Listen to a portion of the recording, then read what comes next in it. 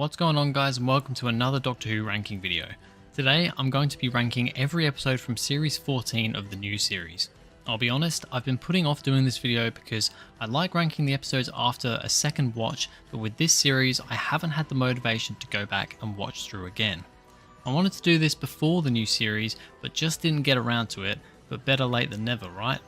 Anyway, as usual, remember these are my personal opinions on the episodes, but I'd love to hear yours in the comments below. Without further ado, let's get started. Number 8. Space Babies. This is the first episode of the series and quite comfortably my least favourite. After the events of the Christmas special, Ruby is going on her first adventure with the Doctor and it takes them to a spaceship full of talking babies. These babies are seemingly piloting this ship all on their own and have been abandoned by the rest of the crew. It turns out though that one of the crew is still on the ship, calling herself the Nan E, and trying to help the babies out. The problem though is that this is actually a space station, so it can't move from its static location. So they're literally sitting stationary in space without any way of moving. Oh, and there's a monster called the Bogeyman in the bows of the ship. Long story short, the Bogeyman is actually made of bogies and has been created as a scary story for the kids. The Doctor saves the Bogeyman because the babies don't want it to die, and the Doctor ejects nappies out of the back of the ship, which propels them towards their destination. It's all good having a fun, light-hearted episode to start the series, but this is too ridiculous for me, and the cringe of the talking babies and lackluster plot makes this a real downer to start things off. Number 7. Rogue.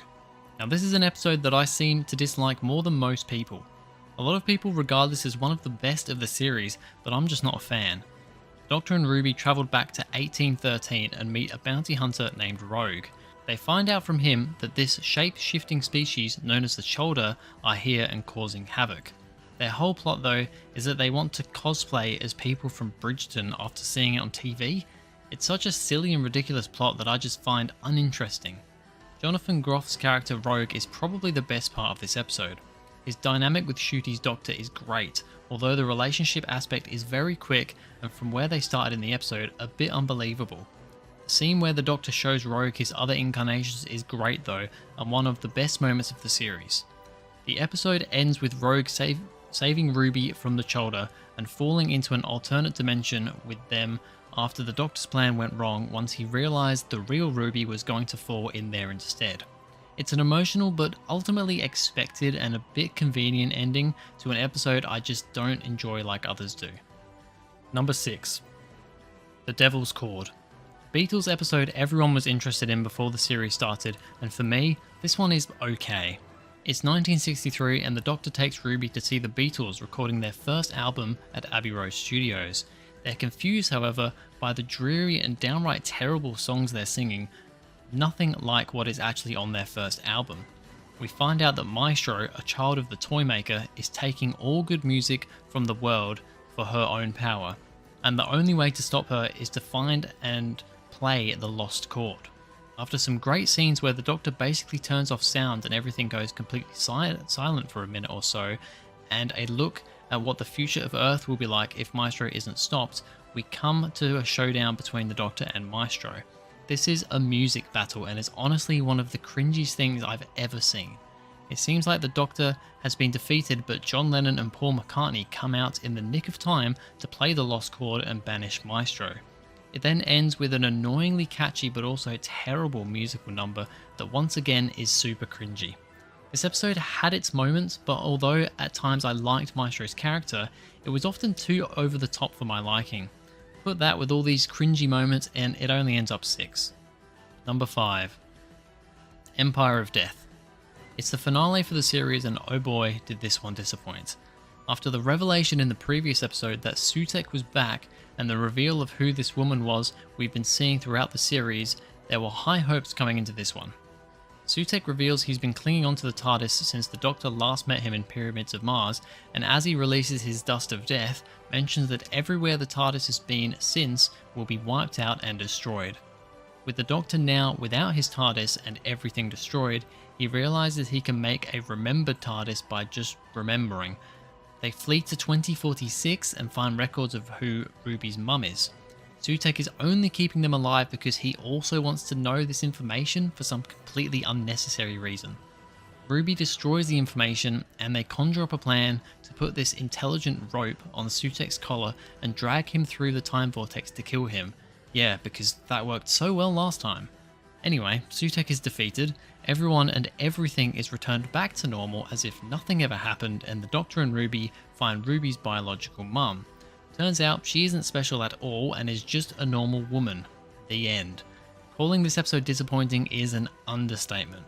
From Sutek not being utilised well, everything being reverted back to normal, to the most unsatisfying revelation of Ruby's mum, I'm actually thinking ranking this 5th is a bit too generous. Number 4. Dot and Bubble. Okay, now we start getting to the episodes that I enjoyed more than I didn't. This episode follows Lindy Pepperbean, a woman who lives in this world where social media is literally all around them constantly and they don't know how to function without it. We soon find out that all is not as it seems, and there are these slugs around that people are being killed by in alphabetical order by surname. The Doctor and Ruby try telling Lindy to turn off her dot, the thing that created a screen around them, but she can't even walk properly without it. Eventually she finds Ricky September, an influencer she adores, and he helps her function without the dot. He finds out the whole of Homeworld has been taken over by these slugs, and they have to get to an evacuation point below the city to escape.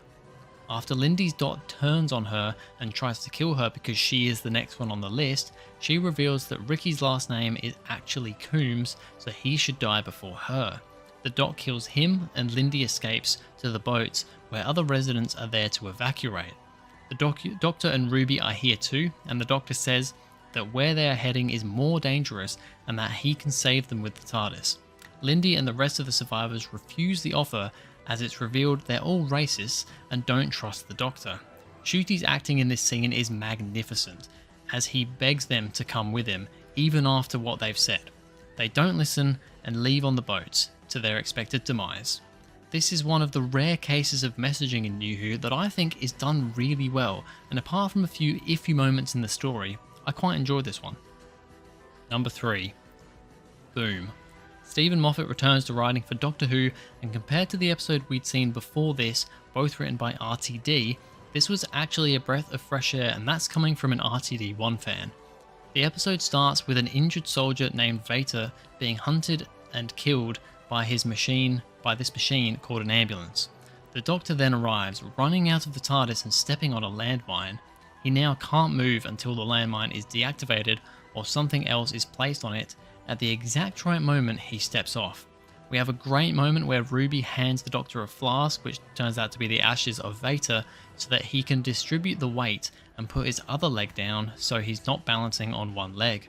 This moment is great as it shows the Doctor being scared and Ruby being brave. Mundy then arrives with Vader's child and they explain they are fighting aliens called Castarians that live under the ground, however they've never actually seen them. Mundy shoots the Doctor, attracting an ambulance, and after the Doctor explains if he blows up it will destroy half the planet, Mundy tells Ruby to shoot her in the arm so the ambulance will be distracted from the Doctor. Mundy's lover Canto appears here though and fatally shoots Ruby, thinking she's going to kill Mundy. The Doctor works out the Castarians aren't real and Vader's AI convinces the Anglicans to surrender, which deactivates the landmine. The Doctor then reconfigures the ambulance to save Ruby. This definitely isn't a perfect story, but for an episode where the Doctor is stood still for the majority of the runtime, it's quite enjoyable and has some good moments. The child is a bit stupid and annoying though. Number 2. The Legend of Ruby Sunday. The first part of the 2-part finale, and despite the following episode being a big disappointment, this sets things up great. The Doctor arrives at UNIT to meet Kate, Royce Noble and Mel. Here they figure out the woman they've been seeing everywhere throughout time and space is here in the present day and is called Susan Triad, owner of S Triad Technologies. While this is going on, they're also trying to figure out who Ruby's mum is, and they find a VHS tape with security footage from the night she was abandoned. The Doctor and Ruby use UNIT's time window to play out what's on the tape, and they see a hooded figure, thought to be Ruby's mum, point aggressively at the Doctor. This seems strange, and then suddenly one of the unit soldiers also in the time window turns into dust and dies. The Doctor and Mel go to talk to Susan, thinking she could be involved in this and also believing that she could be the Doctor's granddaughter, but she isn't. Susan expresses she has dreams of these other versions of herself, as in the time window, the TARDIS begins to groan.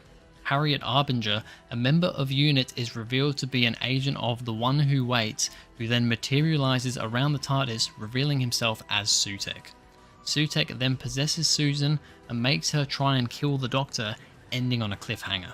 This episode ramped up the tension so well, and although Sutekh isn't actually an anagram of S Triad Technologies, it was still a moment I thought worked really well. The hype I felt after this was immense, but unfortunately the following episode completely crushed that. Number 1. 73 Yards. Now this episode was a weird one that had a lot of unanswered questions, some of which are still unanswered now. The Doctor is barely in this story as he steps in a fairy circle marked Mad Jack on a mountain in Wales and vanishes.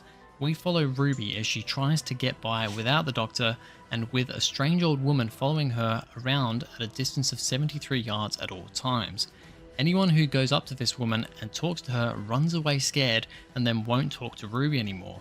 She goes back home to her mum, but she also talks to this woman and subsequently disowns her. Next, she reaches out to Kate, who confirms the Doctor hasn't been seen since he vanished in Wales. She orders unit soldiers to capture this woman, but they talk to her and then tell Kate something, which makes her call off the mission and leave Ruby. Ruby spends 20 years alone, but then sees an ad that Roger Ap William is running for Prime Minister, the man the Doctor once told her would bring nuclear war to Britain. She finds out his nickname is Mad Jack, joins his campaign team and makes him stand 73 yards from her, so he talks to the woman and runs away, never to finish his election campaign. Ruby spends the rest of her life with the woman following her until she comes right up to Ruby on her deathbed. Ruby then awakes back on the mountain in Wales, but this time she's watching herself and the Doctor from the old woman's position. She gets her younger self's attention earlier and stops the Doctor from stepping on the circle before they leave. This episode was and still is very confusing, but it's really interesting to watch, and Millie Gibson's performance is excellent and absolutely makes this episode. Although a lot of the questions are still unanswered, I like the premise of the story and what it was trying to do. So there we have it. That was my ranking of all 8 episodes from Series 14 of New Who. Like I said at the start, this series is not one of my favourites by any stretch, but there are a couple of good episodes in here. I'm making this video as Series 15 is being broadcast, so let's hope that this series is an improvement. Anyway, that's going to be it for this video, guys. Thank you very much for watching. If you enjoyed, please go ahead, like and subscribe, and I'll see you guys in the next video.